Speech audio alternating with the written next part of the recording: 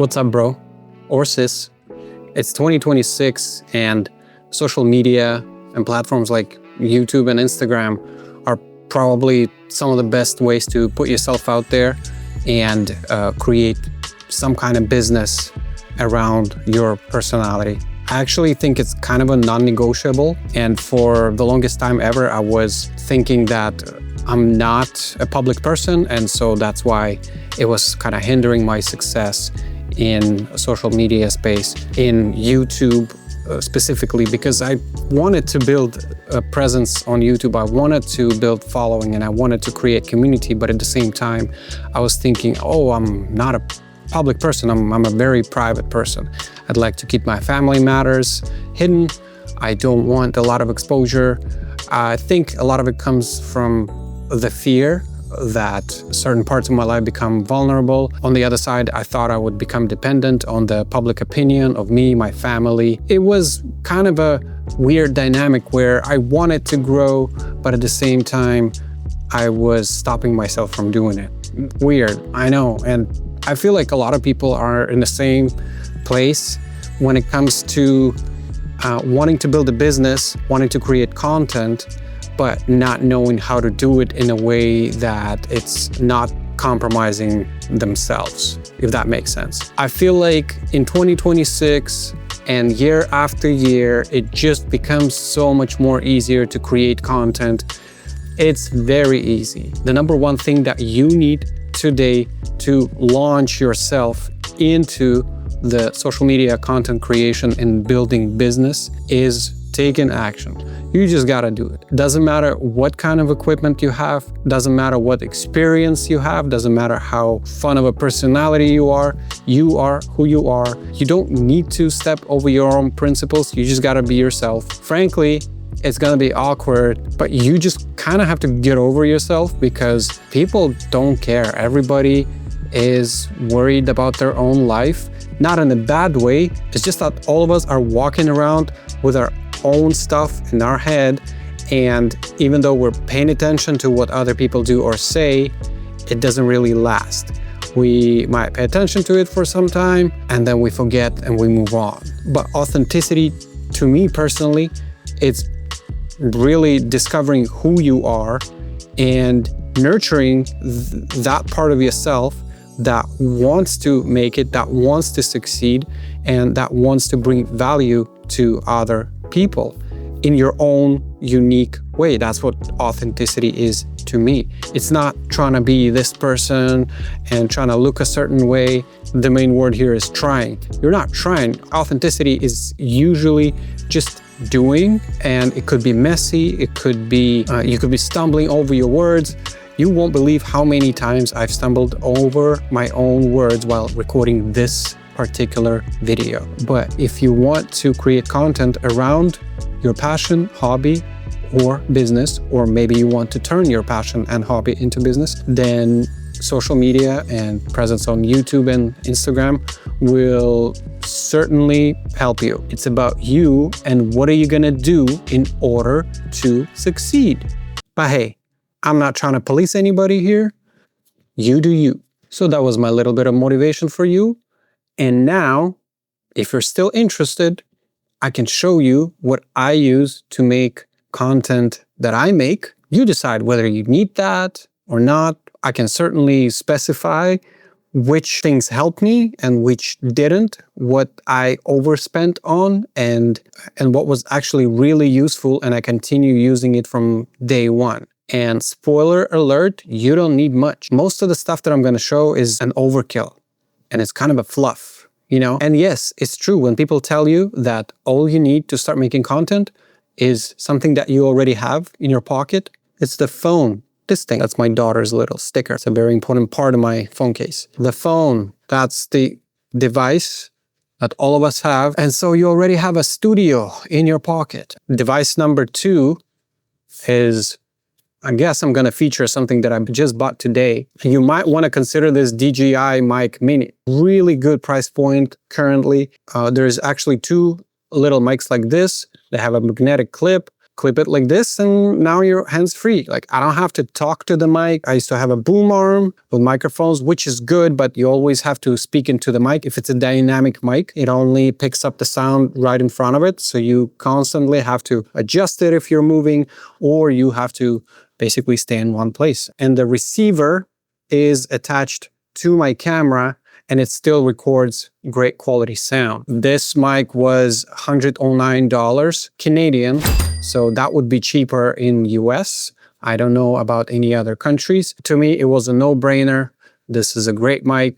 I watched a bunch of reviews. It comes with two mics like this, so you can clip another one to another person if you're having a conversation or recording a podcast. 2 mics for the price of one. Ain't that a great deal? The mic comes with a little pouch, charging case, that's the box, and inside you'll find another mic, USB-C little adapter, and the accessory. So this is for outdoors recording. It breaks the wind.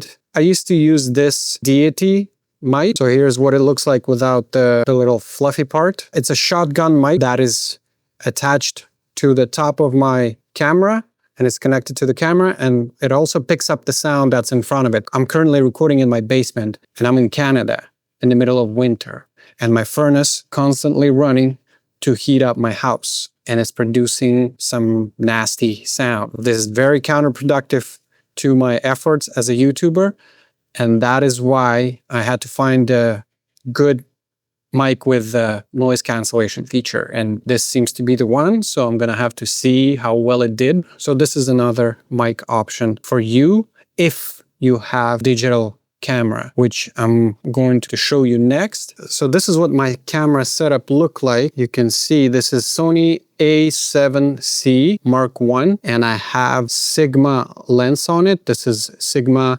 16mm 1.4. This is a great lens actually for YouTube. It's a wide angle lens. It focuses on the object in front of it and creates a really nice blurry background. Not a very expensive lens. The camera is very versatile too. The Sony A7C, great for pictures, great for videos, great for content creation. Middle of the road type product, meaning that it's not too cheap, but it's not very expensive. Both camera and lens would probably go for something like $2,500 Canadian dollars. That would be less converted into US dollars. So do you need this camera and this lens? Probably not. Like I said, you can just start with your phone and you'll be fine. Especially if you have one of the latest iPhones, like iPhone 16, 17, 15.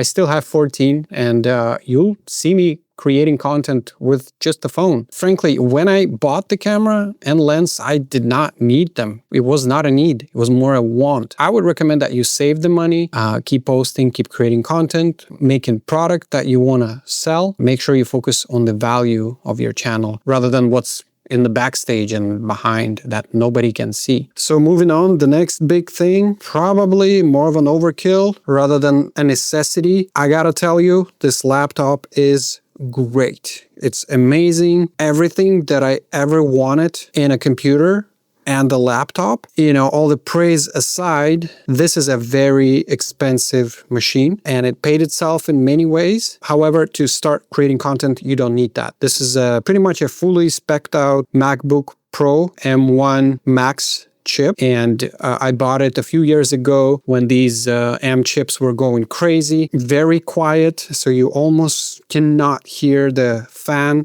when the machine is working really hard. For example, when rendering videos, this is one of the, power demanding tasks that a laptop would and could do. PC laptop, you would often hear the fan going crazy, like creating a lot of noise. And this thing does not do that. Amazing product. Apple is just mind-blowing to me. And so I bought this case for it, and this is great for music production. I'm not going to go into the details about, what exactly is under the hood. Do you really need it for creating content? Probably not. You could get away with buying just a Mac computer, this little box that would cost you a fraction of the cost, and you can buy a monitor and edit your videos. The next thing I want to show, this is for my beat maker content creators, sample makers, musicians, artists. I'll let you guess what it is. This is an audio interface, a talking device between your computer and the microphone. This is what helps to bring your microphone alive, unless you have a microphone that connects directly to a USB port on the laptop. But these days, most of the microphones, most of the industry standard microphones come with an XLR port that looks like this. And so in order to connect the microphone to your computer, you need an audio interface. That way the microphone can talk to your computer, so your computer can record the input, your sound that you send into the microphone. So this is my audio interface. It's called Motu M4, and it has two inputs. So I can record a microphone and, for example, a guitar at the same time. It's a great interface. There's plenty of good ones out there, maybe even a little bit cheaper. There's more expensive ones, but this will do it for me. And if you're looking to make beats and samples, this is the one that you might want to look into. The next thing, also for my fellow beat makers, these are Yamaha HS5 studio monitors. These help to